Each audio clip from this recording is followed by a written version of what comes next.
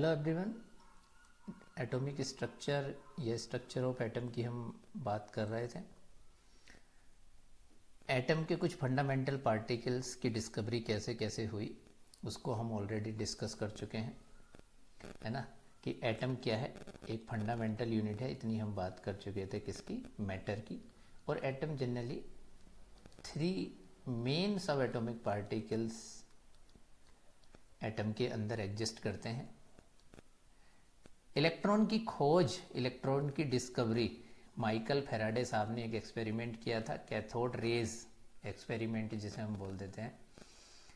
और बाद में जे थॉमसन साहब ने इसे इलेक्ट्रॉन नाम दे दिया था कि एक्चुअल में क्योंकि उन्होंने उसका charge by mass ratio calculate कर लिया था, तो इसी वजह से डिस्कवरी ऑफ इलेक्ट्रॉन या डिस्कवरर ऑफ इलेक्ट्रॉन किसको मानते हैं हम, जे थॉमसन साहब को, है ना। हालांकि एक्सपेरिमेंटल सेटअप तो किसने लगाया था स्टार्टिंग में कि कैथोड रेज नाम दिया था, लेकिन बाद में उन कैथोड रेज को इलेक्ट्रॉन नाम किसने दिया था, जे थॉमसन साहब ने। एक्सपेरिमेंटल सेटअप माइकल फैराडे ने किया था। ऐसे ही प्रोटॉन की अगर हम एक्सपेरिमेंटल सेटअप की बात करें तो एनाल रेज, है ना, एनाल रेज के फॉर्म में जनरली किसने डिस्कवर किया था या किसने एक्सपेरिमेंटल सेटअप किया था, गोल्डस्टीन साहब ने। लेकिन डिस्कवरर किसे मानते हैं हम, रदरफोर्ड साहब को। प्रोटॉन नाम किसने दिया है उनका, रदरफोर्ड, ठीक है। तभी हम एक ट्रिक लिखते हैं, हिंदी में लिख लेते हैं उसको, ईट पर नाच, है ना, बहुत टाइम से इसे पढ़ते आ रहे हैं। तो इसके अकॉर्डिंग भी हम नाम याद रखते हैं। इलेक्ट्रॉन की खोज थॉमसन साहब ने, जे थॉमसन इंग्लिश में बोल देते हैं। प्रोटॉन की खोज रदरफोर्ड साहब ने, और न्यूट्रॉन की खोज चैडविक साहब ने की थी, ठीक है। तो ये 3 इनके डिस्कवरी के नाम आते हैं जनरली। हालांकि एक्सपेरिमेंटल सेटअप मैंने बता दिया, इलेक्ट्रॉन के लिए किसने किया था स्टार्टिंग में, कैथोड रेज, क्या नाम दिया था, कैथोड रेज। और कैनाल, ये एनाल नहीं, कैनाल रेज नाम किसने दिया था प्रोटॉन को, गोल्डस्टीन साहब ने। लेकिन बाद में प्रोटॉन की जो प्रोटॉन नाम दिया था वो किसने दिया था, रदरफोर्ड साहब ने, है ना। तो इस तरह से याद रखेंगे कि इलेक्ट्रॉन थॉमसन, प्रोटॉन रदरफोर्ड और न्यूट्रॉन चैडविक। कैसे कैसे हुआ वो ऑलरेडी डिस्कस कर चुके हैं हम। हमारा मेन टारगेट क्या था, ये पता होना चाहिए कि इलेक्ट्रॉन पर चार्ज कितना होता है, प्रोटॉन पर चार्ज और न्यूट्रॉन पर कितना चार्ज होता है, उनके मास कितने होते हैं, तो ऑलरेडी हम डिस्कस कर चुके थे। और रिलेटिव चार्ज कितने होते हैं, तो रिलेटिव चार्ज तो इलेक्ट्रॉन पर -1, प्रोटॉन पर +1 और न्यूट्रॉन पर कोई चार्ज नहीं होता, यानी कि न्यूट्रॉन न्यूट्रल होता है। तो बात आती है कि यार इनकी डिस्कवरी तो हो गई फंडामेंटल पार्टिकल या सब एटॉमिक पार्टिकल की, लेकिन ये एटम में एग्जिस्ट कहाँ कर रहे हैं। तो इतना तो साइंटिस्ट को पता चल गया था कि हाँ इलेक्ट्रॉन और प्रोटॉन पर अपोजिट चार्ज होता है, तो वो पूरा एटम जो है न्यूट्रलाइज होता है या न्यूट्रल होता है, क्योंकि इलेक्ट्रॉन और प्रोटॉन पर अपोजिट चार्जेज होते हैं और न्यूट्रॉन पर कोई चार्ज नहीं होता। लेकिन रियल में कि ये कैसे इलेक्ट्रॉन किस एनर्जी लेवल में एटम के अंदर रहते हैं, कि चलो ठीक है सेंटर में ये पता चल गया कि हाँ, एटम में ये पता चल गया कि हाँ इलेक्ट्रॉन है प्रोटॉन है, लेकिन एक्चुअल में ये प्रोटॉन और न्यूट्रॉन है कहाँ, इलेक्ट्रॉन कहाँ है।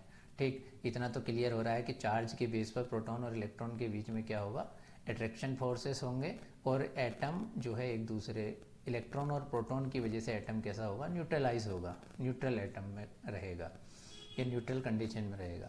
लेकिन हमें क्या हुई कि रियल में इलेक्ट्रॉन की पोजीशन कहाँ है, न्यूट्रॉन की पोजीशन कहाँ है, प्रोटॉन की पोजीशन कहाँ है, एक्चुअल में कैसा दिखता है एटम जो है ना। अगर ज़रूरत पड़ी तो इलेक्ट्रॉन को निकालेंगे या प्रोटॉन निकलेगा। तो इन सब चीज़ों को समझने के लिए, ये कैसे एटम कंबाइन होकर के मॉलिक्यूल बनाते हैं, तो इन सब चीज़ों को समझने के लिए हमें किसकी नीड हुई, एटॉमिक मॉडल की हमें नीड हुई कि परमाणु की संरचना वास्तव में कैसी होगी। तो टाइम पर डिफरेंट साइंटिस्ट ने जो है डिफरेंट तरह टाइप के मॉडल दिए। पहला जे थॉमसन साहब ने इलेक्ट्रॉन की डिस्कवरी होते ही अपना मॉडल दे दिया था कि हाँ इलेक्ट्रॉन की जैसे ही उन्होंने खोज की, तो डिस्कवरी करने के बाद उन्होंने अपना मॉडल दिया जिसे हम बोल देते हैं Thompson model of atom. Next Rutherford साहब ने मॉडल दिया है एटम से रिलेटेड, और फिर उसके बाद बोहर, और उसके बाद quantum mechanical model of atom दिया गया। तो एक एक करके इनको देख लेते हैं। स्पेशली बोहर मॉडल से क्वेश्चन बहुत पूछे जाते हैं, लेकिन इनिशियल के जो मॉडल, इनिशियल टाइम के जो मॉडल थे, भाई पढ़ना तो सभी को पड़ेगा क्योंकि सभी ने थोड़े थोड़े हिंट दिए हैं कि एक्चुअल में एटम की स्ट्रक्चर कैसी होती है। तो थॉमसन साहब का मॉडल हम देख लेते हैं। सबसे पहले क्या कहा इन्होंने कि एटम की कैसे, एटम की स्ट्रक्चर को इन्होंने कैसे कंपेयर किया। इन्होंने कहा कि जो एटम का जो मॉडल है उसमें इलेक्ट्रॉन और प्रोटॉन इस तरह से एग्जिस्ट करते हैं जैसे कि किसी वाटरमेलन में, इन्हें इस वाटरमेलन मॉडल भी बोल देते हैं इसको। जैसे किसी वाटरमेलन में सीड होते हैं, जैसे मैं कहने लगूँ ये क्या है, सीड है। तो सीड वाटर में एक आधा कटा तरबूज की अगर इसे तुलना करने लगे इससे, तो ये ऐसा लग रहा है कि जैसे तरबूज के कुछ बीज हैं वो इस तरह से बिखरे हुए होते हैं, इस तरह से स्प्रेड होते हैं, और इन्हें क्या नाम दिया उसने, इलेक्ट्रॉन। जबकि ये जो रेड पोर्शन है इसको क्या नाम दे दिया कि ये क्या होता है, जैसे वाटरमेलन में रेड पोर्शन होता है जो कि डेवल होता है, डेवल पार्ट होता है, उसको इन्होंने क्या नाम दिए थे कि प्रोटॉन इस तरह से एग्जिस्ट करते हैं एटम के अंदर, है ना। तो कुछ इस ऐसी इनकी संकल्पना थी, ऐसी इनकी हाइपोथेसिस थी कि एटम कुछ ऐसा हो सकता है, ऐसा दिख सकता है। तो पढ़ लेते हैं इसके बारे में। An atom consist of a positive charge sphere and electrons are embedded in it. कि एक एटम, इनके अकॉर्डिंग एक एटम कैसा हो दिखता है कि पॉजिटिव चार्ज स्फीयर के फॉर्म में रहेगा इस तरह से। ये सब क्या है, ये रेड पोर्शन है, सब क्या है, ये पॉजिटिव चार्ज स्फीयर है। और उसके बीच में कौन धसे रहते हैं, इलेक्ट्रॉन धसे रहते हैं। जैसे कि एक तरबूज में बीज धसे रहते हैं ना रेड पोर्शन के अंदर, तो इन्होंने कुछ ऐसी इसके साथ तुलना कर दी, है ना। An atom is electrically neutral. क्या कहा इन्होंने कि एटम क्या है, इलेक्ट्रिकली न्यूट्रल है, because negative charge and positive charge are equal in magnitude. कि किसी एटम के अंदर इलेक्ट्रॉन की संख्या किसके बराबर होती है, प्रोटॉन की संख्या, जो कि बाद में भी ये बात इनकी सही पाई गई। और कैसा होता है पूरा एटम, इलेक्ट्रिकली न्यूट्रल होता है, क्योंकि पॉजिटिव चार्ज जितना है उतना ही नेगेटिव चार्ज है, तो वो दोनों एक दूसरे को क्या कह रहते हैं, बैलेंस। दूसरा उन्होंने ऐसे एक तरह से जे थॉमस किसकी तरह तुलना की कर दी, जैसे क्रिसमस पुडिंग होता है ना, प्लम पुडिंग होता है, एक बेर का हलवा कह सकते हो, है ना, कि जैसे उसमें बीच बीच या ड्राई फ्रूट हलवा बनाया हो तुमने और उसमें ड्राई फ्रूट्स बीच बीच में हो, तो वो बिल्कुल ड्राई फ्रूट्स जो हैं, जैसे सपोज आपने हलवा बनाया तो उसमें ये ड्राई फ्रूट्स हैं, ड्राई फ्रूट्स किसकी तरह काम कर रहे हैं, ये इलेक्ट्रॉन्स की तरह, और बाकी जो बेस है आपका हलवे का, सूजी का, वो किसकी तरह काम कर रहा है, पॉजिटिव चार्ज की तरह या प्रोटॉन की तरह। तो ऐसे इन्होंने तुलना की है, क्रिसमस पुडिंग से इन्होंने तुलना कर दी है। तो क्या क्या कहा उन्होंने, J Thomson was the first to give an atomic model. ये पहले साइंटिस्ट थे जिन्होंने सबसे पहले एटॉमिक मॉडल की बात की। क्या कहा उन्होंने, he propose it before the discovery of proton and nucleus. कि जब प्रोटॉन की या न्यूक्लियस की स्टडी नहीं हुई थी, केवल इन्होंने इलेक्ट्रॉन की स्टडी की थी, उस समय ये एटॉमिक मॉडल दे दिया इन्होंने। This model was also known as watermelon और प्लम पुडिंग, है ना, बेर का हलवा, और वाटरमेलन तरबूज हिंदी में। Model as electrons in the sphere of positive charge are likely to dry fruits in spherical Christmas pudding. तो क्रिसमस का जो जैसे हलवा तैयार करते हैं, तो वैसे ही जैसे उसमें ड्राई फ्रूट बिखरे होते हैं बीच में, तो उनको इलेक्ट्रॉन्स की तरह मान लिया, और ये बेस जो है उसका सूजी का या जिसका भी आपने हलवा बनाया हो या केक बनाते हैं आप, तो उसे क्या मान लिया, पॉजिटिव चार्ज की तरह। तो इन्होंने इस तरह से एटम की संकल्पना दी। उसके बाद एक टॉपिक है डिस्कवरी ऑफ रेडियो एक्टिविटी, है ना। इस टॉपिक को हम पहले क्यों देख रहे हैं एटॉमिक मॉडल से पहले, कहीं ना कहीं जब हम रदरफोर्ड मॉडल की बात करेंगे तो वहाँ हम बात करेंगे कि अल्फा पार्टिकल की बॉम्बार्डमेंट कराई है।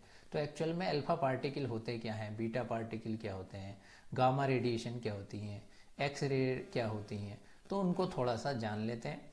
तो सबसे पहले रेडियो एक्टिविटी की खोज या डिस्कवरी ऑफ रेडियो एक्टिविटी किसने की थी, हेनरी बैकरल। कितने में की थी, 1896 में। इन्होंने क्या कहा कि कोई रेडियो एक्टिव सब्सटेंस आपके पास है या रेडियो एक्टिव एटम आपके पास है, तो रखे रखे क्या होते हैं, रेडियो एक्टिव सब्सटेंस ऐसे सब्सटेंस होते हैं जो कि रखे रखे नेचर में एक न्यूक्लियाई से दूसरे न्यूक्लियाई में कन्वर्ट होते रहते हैं, और कुछ हाई एनर्जी की रेडिएशन प्रोड्यूस करते हैं। ठीक है, क्या लिखा हुआ है इसके नीचे देखो, रेडिएशन, और ये रेडिएशन काफ़ी हाई एनर्जी की होती है। ठीक, डिपेंड करेगा इस रेडिएशन की एनर्जी कितनी है, तो उसी के अकॉर्डिंग डिपेंड करता है कि उसको क्या नाम दिया जाएगा, कि ये अल्फा रेडिएशन डिपेंड करेगा ये सब्सटेंस भी कैसा है और किस न्यूक्लियाई में टूटा है। तो उसमें हो सकता है कि ये रेडिएशन जो है हाई एनर्जी की हो बहुत ज़्यादा, तो उसे गामा रेडिएशन नाम दे सकते हैं, है ना, एक्स रे नाम दे सकते हैं। तो डिपेंड करेगा किस वेवलेंथ या किस एनर्जी की ये रेडिएशन है, वो अभी आपको पता चल जाएगा कि गामा रेडिएशन कब इसे कहेंगे और एक्स रे रेडिएशन कब कहेंगे, कि जब इनकी एनर्जी कितनी होगी तब गामा कहेंगे, कब इन्हें एक्स रे कहेंगे। जब हम इलेक्ट्रोमैग्नेटिक स्पेक्ट्रम की अभी बात करेंगे तब ये पता चल जाएगा। तो फिलहाल इतना तो हमें समझ में आ गया कि रेडियो एक्टिव सब्सटेंस या रेडियो एक्टिव एटम क्या होते हैं, जो रखे रखे एक न्यूक्लियाई से दूसरे न्यूक्लियाई में कन्वर्ट हो जाते हैं। जैसे ये एक एटम था, ये दूसरे एटम में कन्वर्ट हो गया और इसने कुछ हाई एनर्जी की रेडिएशन प्रोड्यूस की है। ठीक, नेक्स्ट, जैसे ये देखो एक्सपेरिमेंटल सेटअप है एक तरह का, या एक्सपेरिमेंट स्लाइड है। क्या शो कर रहा है ये? तो हेनरी बेकरेल ने क्या किया, he discovered that uranium salt लिया उन्होंने, emitted certain high energy radiation capable of penetrating the black pepper and therefore affected the photographic plate. ठीक, तो उन्होंने क्या डिस्कवर किया कि यूरेनियम का एक सॉल्ट है, जैसे ही हमने उसे ब्लैक पेपर के पास रखा तो उसने उसको पेनिट्रेट कर दिया, और फोटोग्राफिक प्लेट अगर उसके पास रखी तो उन्होंने उसको क्या कर दिया, ब्लैक कर दिया। ठीक, इमेज ऑफ सॉल्ट देखो क्या रिप्रेजेंट कर रहा है ये diagram, image of salt form by keeping potassium uranium sulphate, किसको रखा, पोटेशियम यूरेनियम सल्फेट को इस पेपर पे रखा और एंड फोटोग्राफिक प्लेट टुगेदर। तो इन्होंने क्या कर दिया, उसको ब्लैक कर दिया, जिससे पता चला कि कुछ रेडिएशन हाई एनर्जी की इस सब्सटेंस से निकल रही है, किससे, पोटेशियम यूरेनियम सल्फेट से। ठीक, तो पोटेशियम यूरेनियम सल्फेट एक सॉल्ट है किसका, यूरेनियम का, जो कि हाई एनर्जी की रेडिएशन प्रोड्यूस कर रहा है, और ये इस पेपर को क्या कर दे रहा है, फोटोग्राफिक प्लेट को काला कर दे रहा है।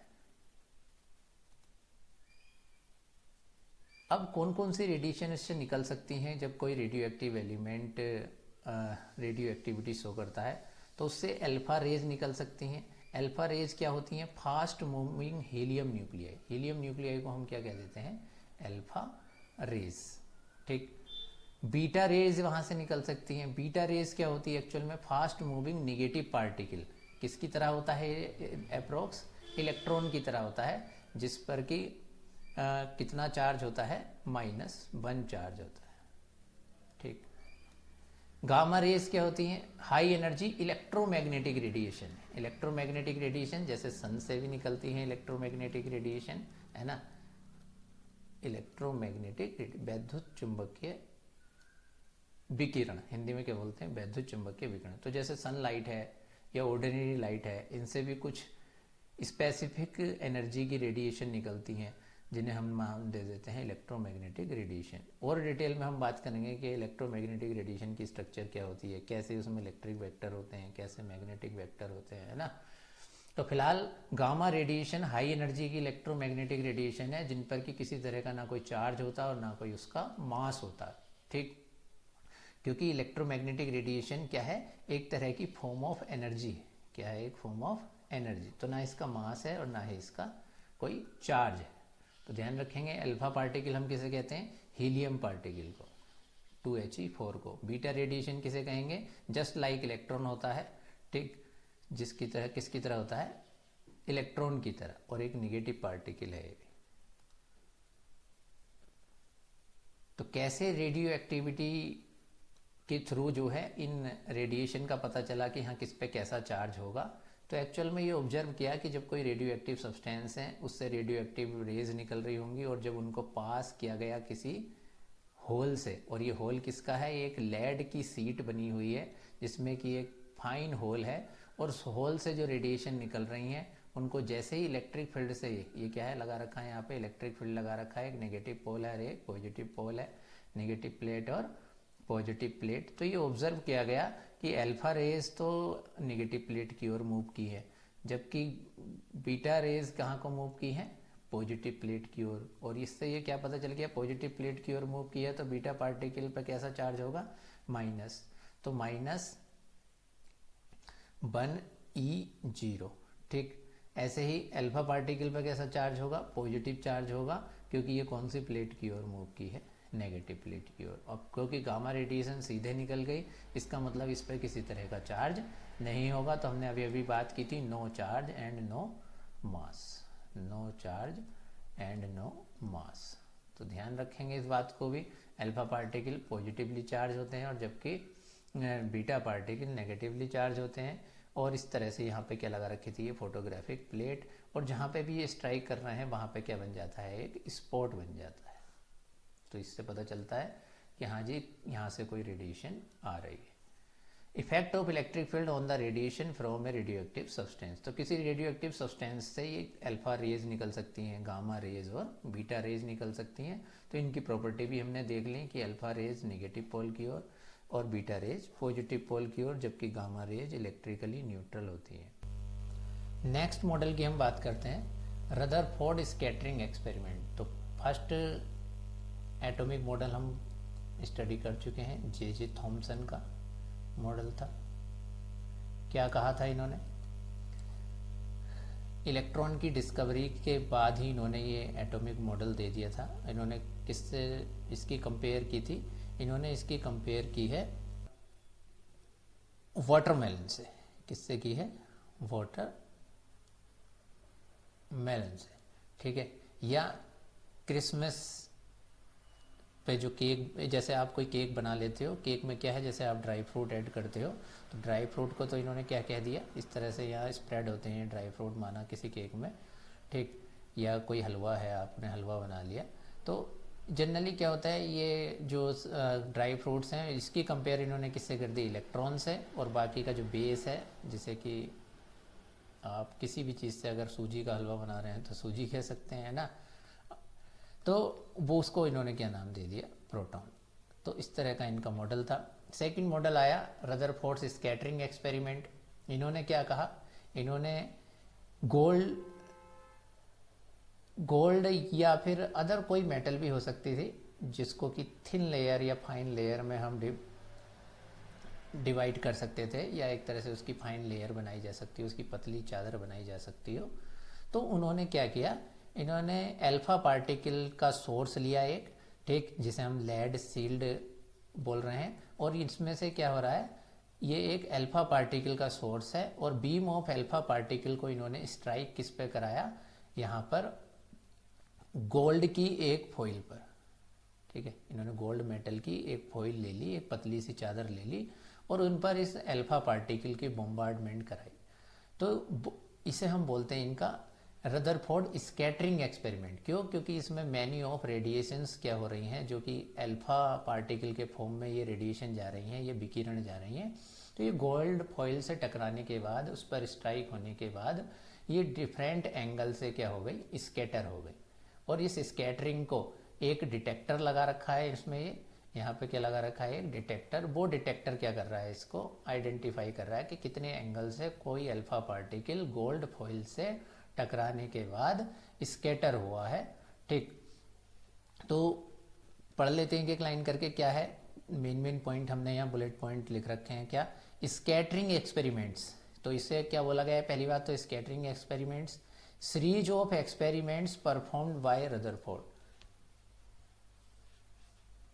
तो एक सीरीज ऑफ एक्सपेरिमेंट्स रदरफोर्ड के द्वारा किया गया। क्या क्या इन्होंने नोटिस किया, useful for understanding structure of atom. तो एटम की स्ट्रक्चर को समझने के लिए इन्होंने इन अल्फा पार्टिकल की बॉम्बार्डमेंट कराई, और इन्होंने कुछ पॉइंट नोटिस किए। क्या, पहली बात तो क्या क्या इस एक्सपेरिमेंट में लिया है, क्या रिकॉर्ड किया है, वो देख लेते हैं। A thin stream of alpha particle was directed eight a thin gold foil. तो पहली बात तो हम क्लियर कर चुके कि हाँ, इन्होंने अल्फा पार्टिकल की बॉम्बार्डमेंट कराई है किस पर, गोल्ड की थिन फॉइल पर, पतली चादर पर। दूसरा इन्होंने क्या अपने एपरेटस में लिया है, मूवेबल जिंक सल्फाइड की एक स्क्रीन लगाई है।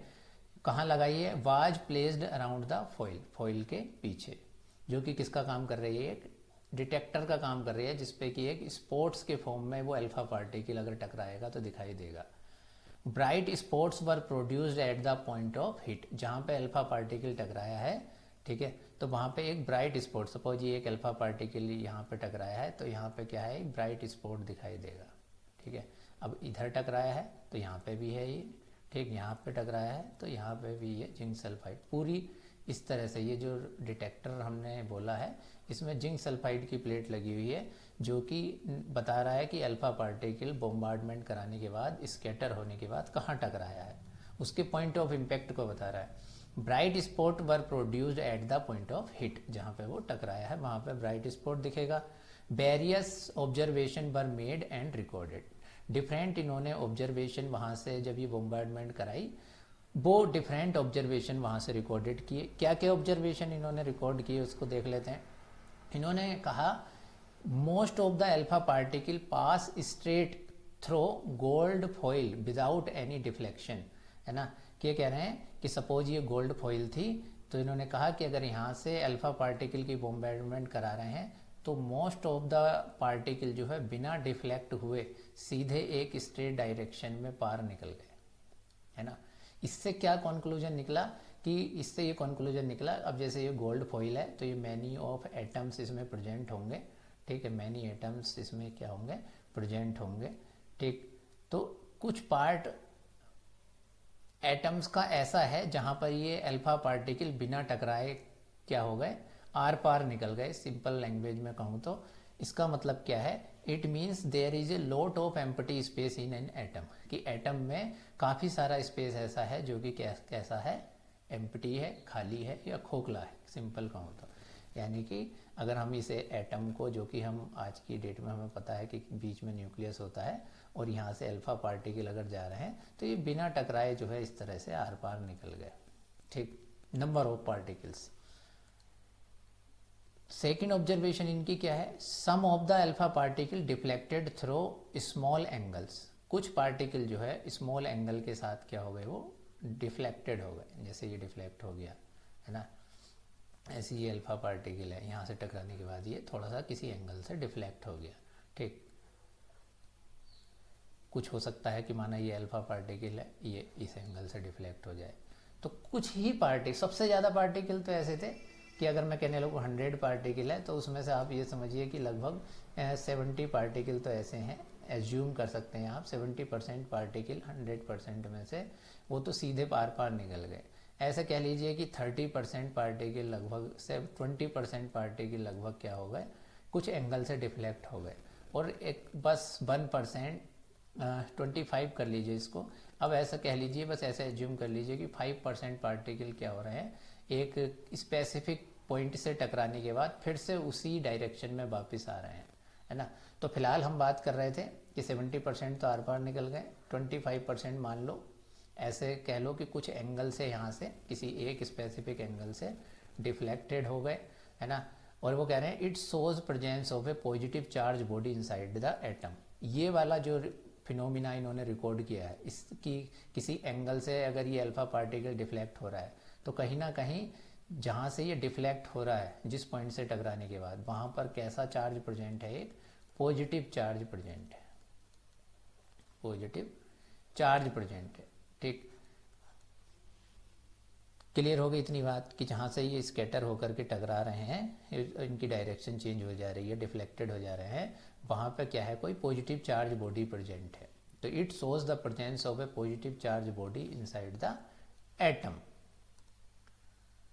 नेक्स्ट कह रहे हैं ये कुछ पार्टिकल ऐसे हैं जो कि डायरेक्ट फिर से उसी डायरेक्शन में फिर से वापस आ गए, है ना, कि यहाँ पे टकराए और फिर से उसी डायरेक्शन में वापस आ गए। तो कहीं ना कहीं ये पार्टिकल कहाँ टकराया होगा, बिल्कुल एटम के जो सेंटर पॉइंट है वहाँ टकराया होगा, है ना। क्यों, क्योंकि एटम के आज की डेट में हम जानते हैं कि एटम के सेंटर में जो है पॉजिटिव चार्ज प्रेजेंट होता है। तो यही बात इन्होंने ऑब्जर्व भी की कि very few alpha particle rebound on hitting gold foil, कुछ ही नंबर में ऐसे पार्टिकल थे जो कि फिर से रिबाउंड हो गए या उसी डायरेक्शन में वापस चले गए। तो उसी डायरेक्शन वापस कौन जाएगा, जो बिल्कुल सेंटर में टकराएगा किसी गोल्ड पार्टिकल के न्यूक्लियस के। तो जो पार्टिकल बिल्कुल उसी डायरेक्शन वापस जा रहे थे, इसका मतलब it shows the presence of very dense and hard positive charge body inside the atom, कि ये क्या रिप्रेजेंट कर रहा है, जो पार्टिकल फिर से वापस अपने डायरेक्शन में चले गए, कि कहीं ना कहीं एटम के अंदर एक ऐसा पॉइंट है जहाँ जो कि डेंस है, काफ़ी घना है, और उससे वहाँ पे क्या प्रेजेंट है, पॉजिटिव चार्ज प्रेजेंट है, क्योंकि अल्फा पार्टिकल पे भी कैसा चार्ज प्रेजेंट होता है, पॉजिटिव चार्ज प्रेजेंट होता है। तो एक दूसरे को रिपेल करेंगे और सीधे सीधे अगर टकराएंगे तो उसी डायरेक्शन में अल्फा पार्टिकल फिर से वापस आ जाएगा। क्या कंक्लूजन निकले, तो पहला कंक्लूजन तो यही था कि इनके एक्सपेरिमेंट से ये तो बिल्कुल क्लियर पता चल गया कि सेंटर में क्या प्रेजेंट होता है, किसी भी एटम के न्यूक्लियस प्रेजेंट होता है। तो इनका एक्सपेरिमेंट्स की सबसे ज़्यादा सक्सेसफुल बात यही थी कि इन्होंने न्यूक्लियस की डिस्कवरी कर दी कि एक्चुअल में न्यूक्लियस कहाँ पे प्रेजेंट होता है किसी एटम के अंदर, है ना। तो पॉइंट वाइज देख लेते हैं। He concluded that there is a hard dense nucleus at the centre of atom. तो क्योंकि सेंटर से ही कोई पॉइंट ऐसा था जिससे कि टकरा करके पार्टिकल, अल्फा पार्टिकल फिर से वापस चला गया, इसका मतलब इन्होंने क्या कंक्लूजन निकाला कि यहाँ पे कोई पॉजिटिव चार्ज बॉडी है, और पॉजिटिव चार्ज एटम के अंदर कहाँ पे प्रेजेंट होता है, न्यूक्लियस में, और किसकी वजह से, प्रोटॉन की वजह से, है ना, क्योंकि प्रोटॉन पे कैसा चार्ज होता है, positive. Total positive charge of N atom is located at the nucleus. ये कंक्लूजन इन्होंने निकाला कि जितना भी पॉजिटिव चार्ज प्रेजेंट होता है एटम में, वो कहाँ प्रेजेंट होता है, उसके नाभिक में, उसके न्यूक्लियस में। It is very small compare to the whole size of atom. मतलब ये वाला जो एरिया है वो पूरे एटम के, जितना पूरा एटम होगा, ठीक है, जहाँ तक इलेक्ट्रॉन घूम रहे हैं किसी एटम के अंदर, उसके कंपेयर में काफ़ी कम होता है। एक तरह से कहो तो पूरे वॉल्यूम के कंपेयर में न्यूक्लियस का वॉल्यूम, एटम के पूरे वॉल्यूम के कंपेयर में न्यूक्लियस का वॉल्यूम नेग्लिजिबल होता है, ये कह सकते हैं। तो देखो ये कोई गोल्ड फॉइल है, गोल्ड के एटम यहाँ पे हैं, तो जो पार्टिकल न्यूक्लियस से नहीं टकरा रहे, देखो इस लाइन को ऑब्जर्व करो, तो वो तो सीधे निकल गए होंगे, है ना। कहीं पे भी जहाँ पे जो पार्टिकल न्यूक्लियस से नहीं टकरा रहे वो क्या निकल गए, सीधे निकल गए, है ना। ए टाइप के पार्टिकल, बी टाइप के पार्टिकल क्या कर रहे हैं, किसी न्यूक्लियस की बाउंड्री से थोड़ा सा भी टकरा रहे हैं, जैसे यहाँ से ये न्यूक्लियस था, इससे टकराने के बाद क्या हो जा रहे हैं, डिफ्लेक्टेड हो जा रहे हैं। ऐसे ही अगर ये पार्टिकल था, ये सपोज अगर यहाँ पे टकरा रहा है ये न्यूक्लियस से, तो ये यहाँ टकराने के बाद डिफ्लेक्टेड हो गया। तो बी क्या है, यहाँ डिफ्लेक्टेड पार्टिकल है, ए क्या है जो कि सीधे निकल गए, और सी क्या है जो बिल्कुल रीबाउंड हो गए, है ना, स्मॉल एंगल से या तो डिफ्लेक्टेड हो गए, या कुछ पार्टिकल ऐसे होते हैं जो बिल्कुल सेंटर में टकरा जाता है, वो क्या हो जाता है, फिर से वापस चला जाता है। तो इन्हें डी टाइप के पार्टिकल भी कह सकते हो, है ना, कि कुछ अल्फा पार्टिकल जैसे सपोज बिल्कुल सेंटर में टकरा जाए और फिर से वापस आ जाए, तो ये हो गया। तो कुछ इस तरह की ऑब्जर्वेशन थी रदरफोर्ड के स्कैटरिंग एक्सपेरिमेंट्स में। तो ये बात बिल्कुल क्लियर करती इन्होंने कि न्यूक्लियस जो प्रेजेंट होता है वहाँ कहाँ प्रेजेंट होता है, वो किसी एटम के बिल्कुल सेंटर में, और उसमें क्या प्रेजेंट होता है, पॉजिटिव चार्ज प्रेजेंट होता है।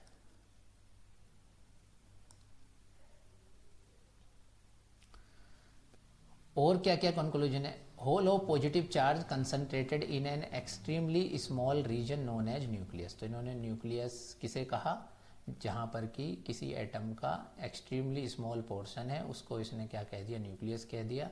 और वहाँ क्या प्रेजेंट होता है, टोटल मास भी प्रेजेंट होता है। किसी एटम का जो टोटल मास है वो किस पे डिपेंड करता है, उसके न्यूक्लियस पे डिपेंड करता है, और पूरा का पूरा मास कहाँ एग्जिस्ट करता है, सेंटर में, न्यूक्लियस में।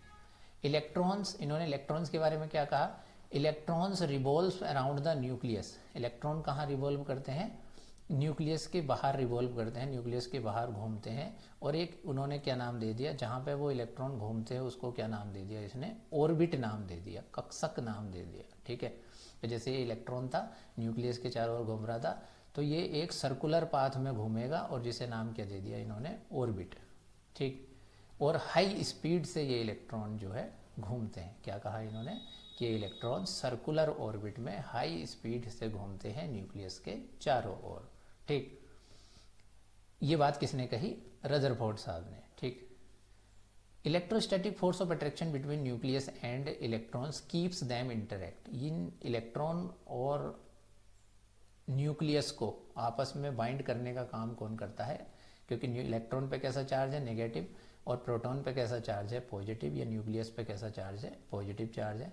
तो न्यूक्लियस को और इलेक्ट्रॉन को बाइंड करने का काम कौन करता है, electrostatic force of attraction, electrostatic force of attraction, स्थिर वैद्युत आकर्षण बल, इलेक्ट्रोस्टैटिक फोर्स ऑफ अट्रैक्शन।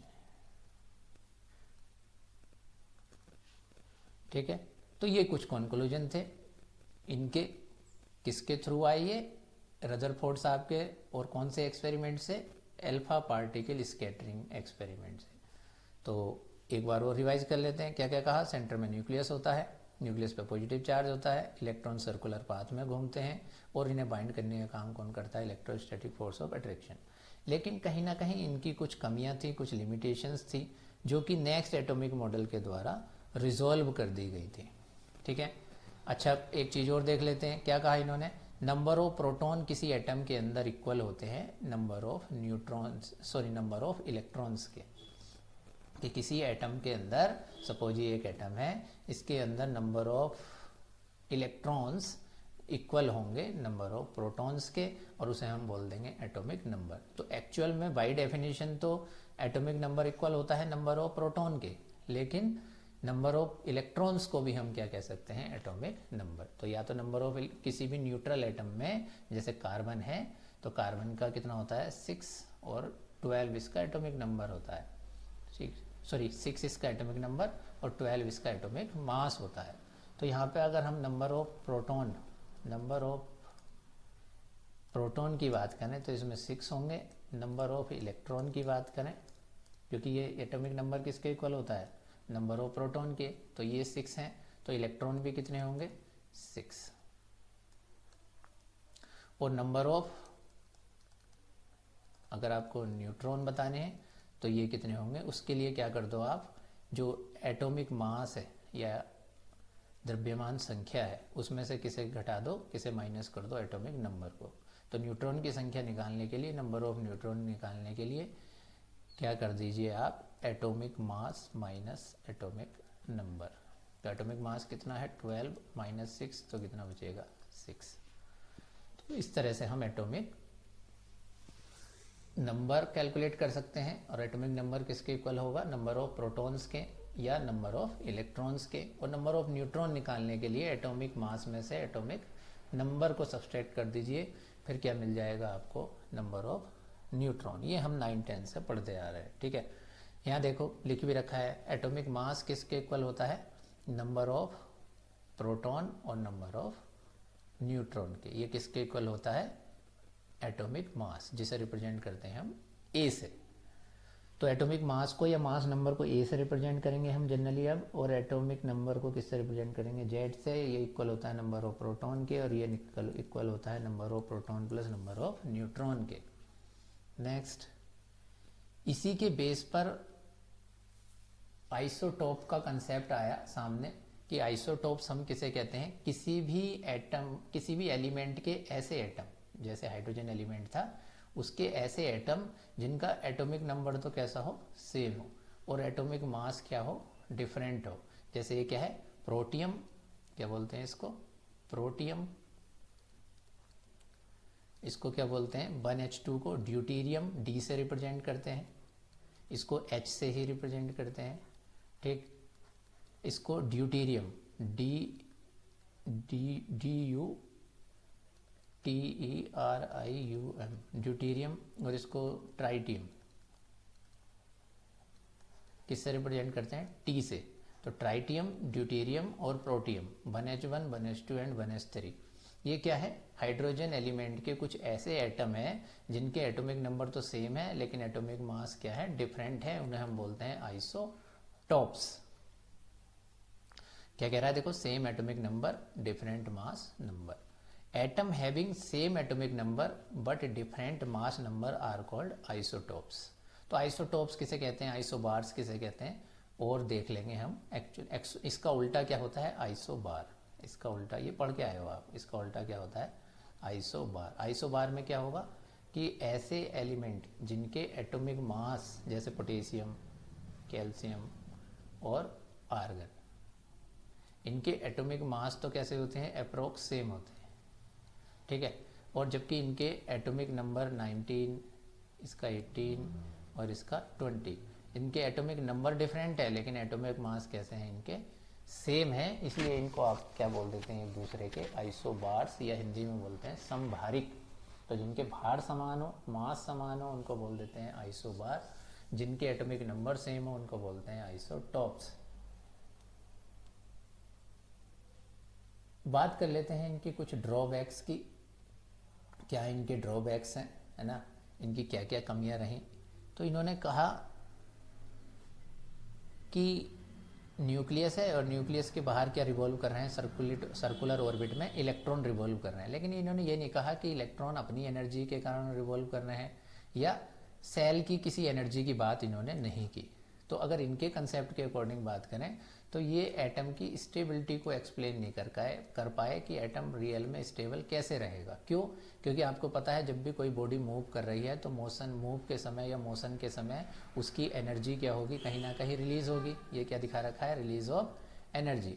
अगर अब इसकी एनर्जी रिलीज होगी पार्टिकल की, तो कहीं ना कहीं एक समय तो ऐसा आएगा कि हाँ इस इलेक्ट्रॉन की पूरी एनर्जी क्या हो जाएगी, लॉस हो जाएगी। और जब इस इलेक्ट्रॉन की पूरी एनर्जी रिलीज हो जाएगी या लॉस हो जाएगी तो कहीं ना कहीं इलेक्ट्रॉन जो है वो न्यूक्लियस में गिर जाएगा या न्यूक्लियस के बहुत ज़्यादा क्लोज आ जाएगा, और फिर इसकी स्टेबिलिटी कैसी हो जाएगी, डिस्ट्रॉय हो जाएगी। ये क्या हो जाएगा, काफ़ी अनस्टेबल हो जाएगा। ठीक है।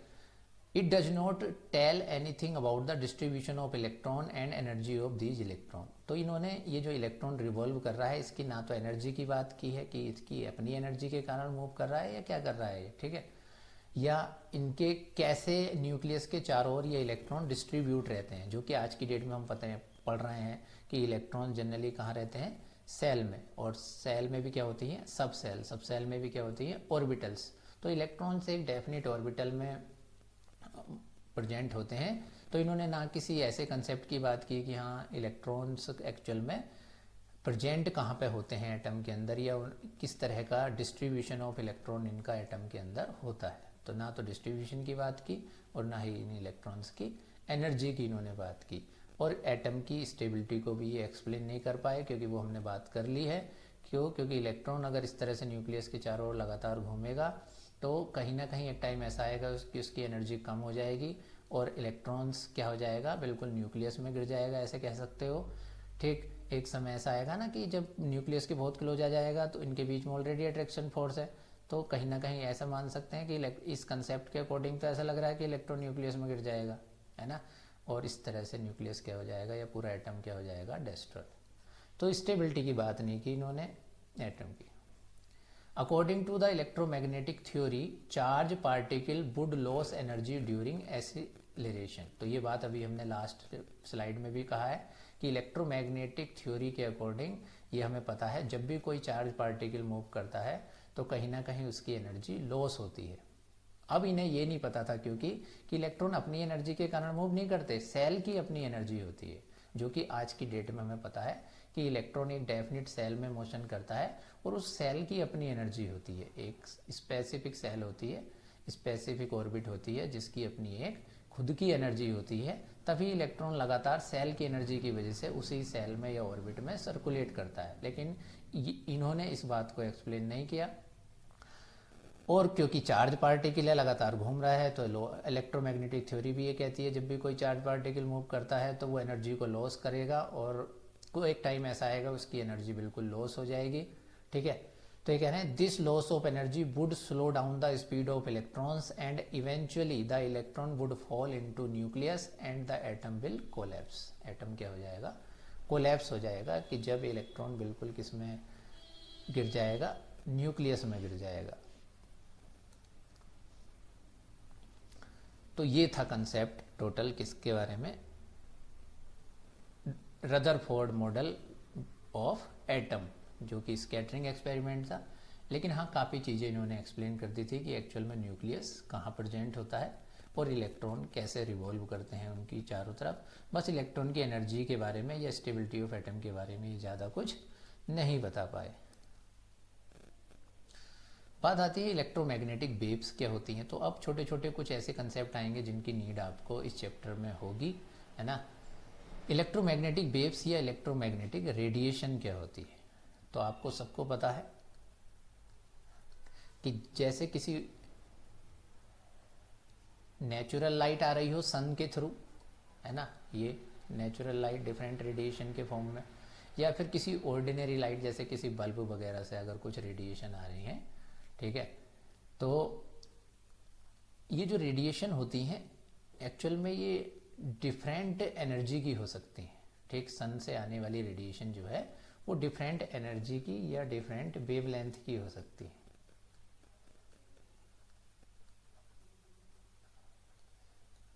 ठीक है, डिफरेंट एनर्जी या डिफरेंट वेवलेंथ।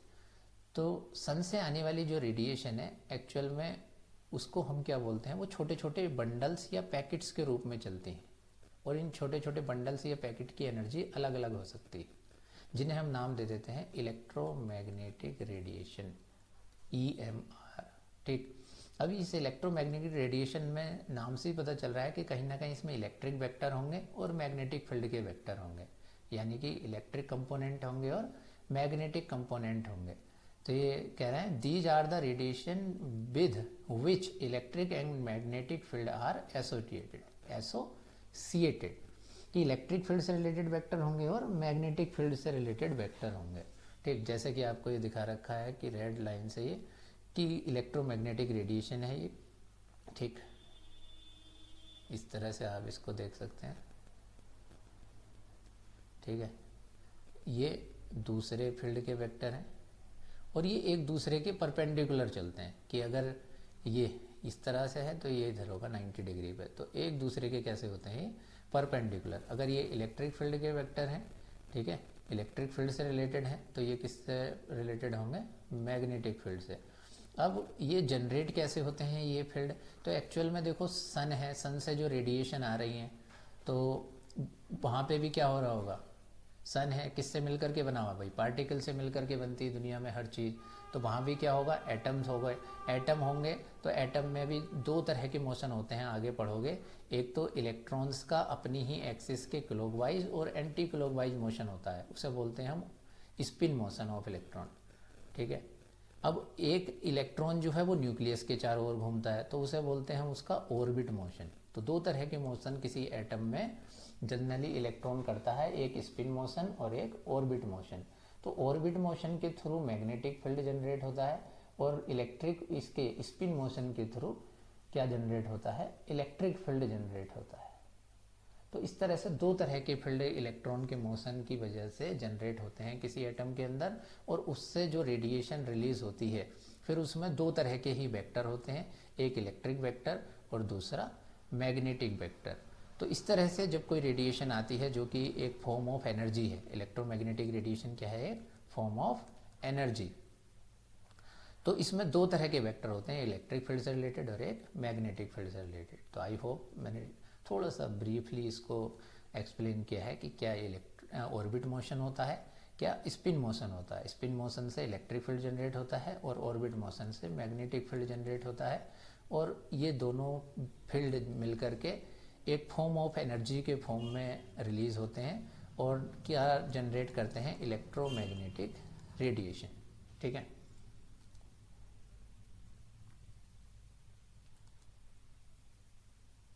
अब क्या है, क्योंकि जो सनलाइट है उससे मैंने कहा ये जो रेडिएशन आ रही है वो छोटे छोटे बंडल्स या पैकेट के रूप में आ रही हैं, और इनकी एनर्जी जो है वो अलग अलग हो सकती है, या इनकी वेवलेंथ जो है वो अलग अलग हो सकती है। इतना तो हमें पता है, E = क्या होता है, h न्यू, कि किसी रेडिएशन की जितनी ज़्यादा फ्रीक्वेंसी होगी मतलब उसकी एनर्जी उतनी ज़्यादा होगी। एक रिलेशन होता है E इसी से आ जाएगा hc/λ, क्योंकि न्यू बराबर होता है ये जो फ्रीक्वेंसी होती है, फ्रीक्वेंसी = होता है c/λ। अब जिस रेडिएशन की वेवलेंथ जितनी ज़्यादा होगी, इस रिलेशन से हम क्या समझ रहे हैं, तो उसकी एनर्जी उतनी क्या होगी, कम होगी, है ना। कोई ऐसी रेडिएशन जिसकी एनर्जी ज़्यादा है तो उसकी वेवलेंथ क्या होगी, कम। अब वेवलेंथ एक्चुअल में होती क्या है वो अभी देखेंगे, फिलहाल इतना समझ लीजिए इस डायग्राम से कि ये क्या है, एक इलेक्ट्रोमैग्नेटिक स्पेक्ट्रम है कि ये जो रेडिएशन आ रही हैं, चाहे किसी ऑर्डिनरी सोर्स से आ रही हो, चाहे नेचुरल सोर्स से आ रही हो, अब जनरली ऑर्डिनरी सोर्स देखो सनलाइट से तो ये कॉस्मिक रेज और गामा रेज जो है बहुत आपको ऑब्जर्व करने को नहीं मिलेंगे। ये नेचुरल किसी सोर्स से नहीं आएंगी, ये किससे आएंगी, किसी आर्टिफिशियल सोर्स से आएंगे। ठीक, जैसे कि रेडियो एक्टिव एलिमेंट हो सकते हैं, उनसे गामा रेज निकलती हैं। ठीक, तो होता क्या है,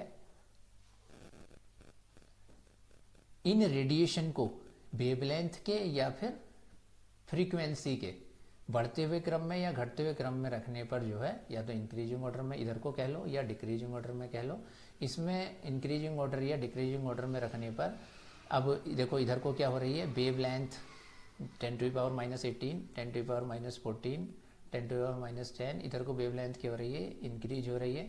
और इस साइड और वेव लेंथ इंक्रीज होगी तो अब ये भी कहा मैंने, वेव लेंथ और फ्रीक्वेंसी आपस में इनडायरेक्टली प्रोपोर्शनल होती है, तो क्या डिक्रीज हो रही होगी इधर को, फ्रीक्वेंसी। तो वेव लेंथ के डिक्रीजिंग ऑर्डर में कह लो, है ना, या फ्रीक्वेंसी के डिक्रीजिंग ऑर्डर में कह लो। तो किसी के भी डिक्रीजिंग ऑर्डर में रखने पर एक स्पेक्ट्रम हमें देखने को मिलता है, या एक कह लो bunch of radiation. Bunch of radiation हमें अगर इंक्रीजिंग ऑर्डर और डिक्रीजिंग ऑर्डर में हम रखें तो उसे हम क्या बोलते हैं, इलेक्ट्रोमैग्नेटिक स्पेक्ट्रम। अब अगर आप देखो तो सबसे कम फ्रीक्वेंसी कौन से रीजन की होती है, रेडियो वेव रीजन की। ठीक, उससे ज़्यादा माइक्रोवेव रीजन, उससे ज़्यादा IR रीजन जो कि 10⁻14 होती है इसकी फ्रीक्वेंसी। एक्स रेज उससे ज़्यादा 10⁻18, उससे ज़्यादा गामा रेज, और सबसे ज़्यादा कॉस्मिक रेज। तो कॉस्मिक रेडिएशन ऐसी रेडिएशन है जिनकी फ्रीक्वेंसी सबसे ज़्यादा होती है, या कह लो वेवलेंथ इनकी सबसे कम होती है ना। मेन हमारे मतलब का क्या है, विजिबल रीजन। हमारे मतलब का क्या है, विजिबल रीजन, जिसकी की रेंज कितनी होती है। देखो IR रीजन के बाद सीधे कौन सा आ गया है, अल्ट्रा वायलेट रीजन, है ना। IR रीजन के बाद कौन सा आ गया है, अल्ट्रा वायलेट। तो ये 10⁻6 से 10⁻10 तक तो माइक्रोवेव रीजन है, 10⁻10 से 14 तक IR रीजन है, 14 से लेकर के 18 तक अल्ट्रा वायलेट, और इसमें विजिबल रीजन भी आ जाता है। 400 नैनोमीटर से कितनी होगी, 750 नैनोमीटर तक वेवलेंथ किस में है ये, वेवलेंथ किस में है ये, नैनोमीटर में। यहाँ NM लिख दीजिए, ठीक है। कि फ्रीक्वेंसी के डिक्रीजिंग ऑर्डर में याद कर लीजिए या इंक्रीजिंग ऑर्डर में याद कर लीजिए, भाई इतना ध्यान रखिएगा। रेडियो वेव की सबसे कम, कॉस्मिक की सबसे ज़्यादा, और UV और विजिबल रीजन को थोड़ा सा ध्यान रखिएगा। 400 नैनोमीटर से 750 तक कौन सी होती है, विजिबल रीजन की रेडिएशन की वेवलेंथ होती है। ठीक है, यहाँ पर और क्लियरली देखो कि वेवलेंथ ये किससे रिलेटेड है, विजिबल रीजन से related. Electromagnetic spectrum is a bunch of electromagnetic waves arrange in increasing order of their wavelength. तो क्लियर हो गई होगी बात कि इलेक्ट्रोमैग्नेटिक स्पेक्ट्रम क्या है, रेडिएशन का एक बंच है जिनको कि या तो फ्रीक्वेंसी के डिक्रीजिंग ऑर्डर में रख दो या फिर वेवलेंथ के इंक्रीजिंग ऑर्डर में रख दो, उसे हम बोलते हैं इलेक्ट्रोमैग्नेटिक स्पेक्ट्रम। तो ये इलेक्ट्रोमैग्नेटिक स्पेक्ट्रम है, इसको देख लेंगे। बात आती है, अभी हम एक वेव की बात कर रहे थे कि एक वेव एक्चुअल में होती क्या है। तो एक वेव इस तरह से होती है, उसमें ऊपर वाले पार्ट को हम क्रस्ट बोल देते हैं, नीचे वाले पार्ट को हम ट्रो बोल देते हैं। इसे गड्ढा, गर्त या गड्ढा भी कह सकते हो, ट्रो। और इसे क्या है, चोटी, पीक, है ना, क्या बोल सकते हो, चोटी या पीक। तो एक्चुअल में इतने पार्ट को यहाँ से यहाँ तक एक वेव भी कह सकते हो, वन वेव, क्या बोल सकते हो इसे, वन वेव, एक तरंग बोल सकते हो इसको। ठीक, अब बात आती है वेव लेंथ क्या होती है, वेव लेंथ। तो हमने बताया कि यहाँ से यहाँ तक के पार्ट को क्या बोलते हैं, वेव। अब इसके बीच की लेंथ को क्या कह देंगे, वेव लेंथ। तो डेफिनेशन क्या हो गई, दो एडजेसेंट क्रस्ट, क्योंकि ये क्रस्ट होंगी दोनों, या फिर दो एडजेसेंट ट्रो के बीच की दूरी को हम क्या कह देते हैं, वेव लेंथ। तो ये क्या कह रहे हैं, हाइट ऑफ क्रस्ट और depth of trough of wave. Amplitude से क्या मतलब है, जैसे ये ए दे रखा है ना, ए क्या है यहाँ पे इसका एम्पलीट्यूड।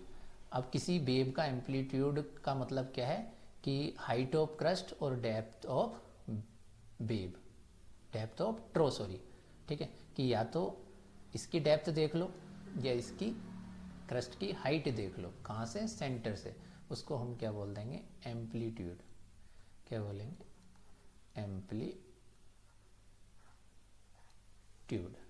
तो एम्पलीट्यूड का भी क्लियर हो गया होगा। वेव लेंथ किसे बोलते हैं, दो एडजेसेंट क्रस्ट या दो एडजेसेंट रो के बीच की दूरी को हम क्या बोलते हैं, वेव लेंथ।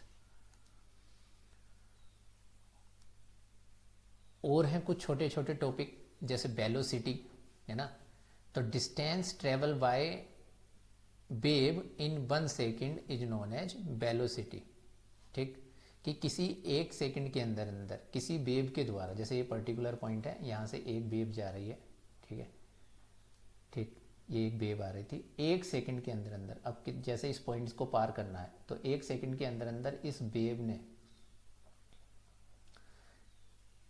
कितनी डिस्टेंस ट्रेवल की है, उसे हम बोल देंगे उसकी वेलोसिटी, ठीक है। जैसे एक पर्टिकुलर पॉइंट था, यहाँ से एक वेव चल के आ रही है और मैं कहने लगा ये वेव चल के आ रही थी और इसने सपोज ये इतनी डिस्टेंस ट्रेवल की है यहाँ से यहाँ तक, सपोज ये एक वेव थी, ठीक है, ये एक इलेक्ट्रोमैग्नेटिक रेडिएशन चल के आ रही थी, ये एक पर्टिकुलर पॉइंट था, 1 सेकंड के अंदर अंदर जितनी ट्रेवल इसने किया होगा इस पॉइंट से आगे, वही क्या कहलाएगी, इसकी वेलोसिटी। तो उसको हम जानते हैं, उसकी यूनिट क्या होती है, मीटर पर सेकेंड। नेक्स्ट टॉपिक है फ्रीक्वेंसी। तो फ्रीक्वेंसी क्या है, the number of wave which pass through a point in 1 second. जैसे ये पर्टिकुलर पॉइंट था तो यहाँ से ये रेडिएशन या ये एक वेव गई है, तो इस जैसे यहाँ 1 सेकेंड के अंदर अंदर सपोज यहाँ तक चली, तो जितनी वेव इस पर्टिकुलर पॉइंट को पार किया होगा, जितनी वेव ने, यहाँ से यहाँ तक देखो, एक वेव, यहाँ तक 2, 3, 4 और 5, तो मैं कह सकता हूँ इस पर्टिकुलर पॉइंट तक सपोज 1 सेकंड के अंदर अंदर इतनी वेव ने पार किया है, तो इसका मतलब क्या है, 5 क्या हो गई इसकी फ्रीक्वेंसी, क्योंकि 1 सेकंड के अंदर अंदर कितनी वेव ने पार कर लिया, 5 वेव ने इस पॉइंट को पार कर लिया। तो ऐसे समझ सकते हो इसको।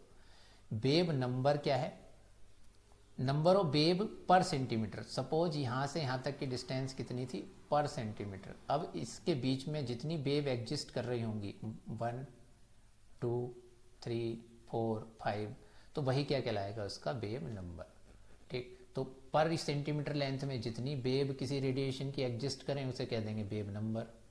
कि पर्टिकुलर पॉइंट को 1 सेकंड के अंदर अंदर जितनी वेव पार कर रही है वो कहला रही है उसकी फ्रीक्वेंसी। किसी पॉइंट को 1 सेकंड के अंदर अंदर जितनी रेडिएशन द्वारा डिस्टेंस ट्रेवल की गई है उसको कह देंगे वेलोसिटी, ठीक है।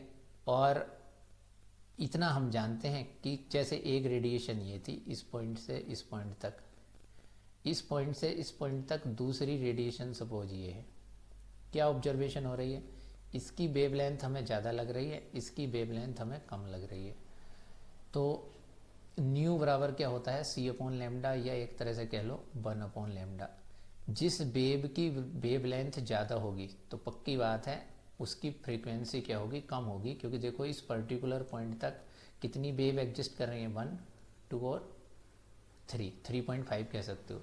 जबकि अगर मैं यहाँ से काउंट करूँ तो 1, 2, 3, 4, 5, 6, तो जिस वेव की वेवलेंथ कम होती है, जैसे इसकी वेवलेंथ देखो ये कम है, तो इसका मतलब इसकी फ्रीक्वेंसी क्या है, ज़्यादा है, क्योंकि ज़्यादा नंबर ऑफ वेव इस पॉइंट से और इस पॉइंट तक एग्जिस्ट कर रही हैं। तो देखो 1, 2, 3, 4, 5, 6, तो 6 वेव यहाँ प्रेजेंट हो रही हैं इन पर्टिकुलर पॉइंट तक, जबकि यहाँ पर केवल कितनी थी, 1, 2 एंड 3, 3.5 कह लो। तो कहीं ना कहीं इस वाली वेव की, क्योंकि वेव लेंथ कम थी तो इसकी फ्रीक्वेंसी क्या थी, ज़्यादा थी। तो ऐसे समझ सकते हैं कि जिस वेव की वेव लेंथ क्या होगी, कम होगी, उसकी फ्रीक्वेंसी क्या होगी, ज़्यादा होगी, तो उसकी एनर्जी भी क्या होगी, ज़्यादा होगी। तो जैसे इसकी वेव लेंथ क्या है, ज़्यादा है, तो इसकी एनर्जी क्या हो जाएगी, कम हो जाएगी, फ्रीक्वेंसी भी क्या होगी, कम हो जाएगी। इसकी वेव लेंथ क्या है, कम है, तो इसकी एनर्जी भी ज़्यादा हो जाएगी, इसकी फ्रीक्वेंसी भी ज़्यादा हो जाएगी। तो आज के लिए इतना ही बेटा, मिलते हैं नेक्स्ट वीडियो में, ठीक है। काफ़ी सारे टॉपिक इसमें कवर हो गए हैं। ओके बेटा।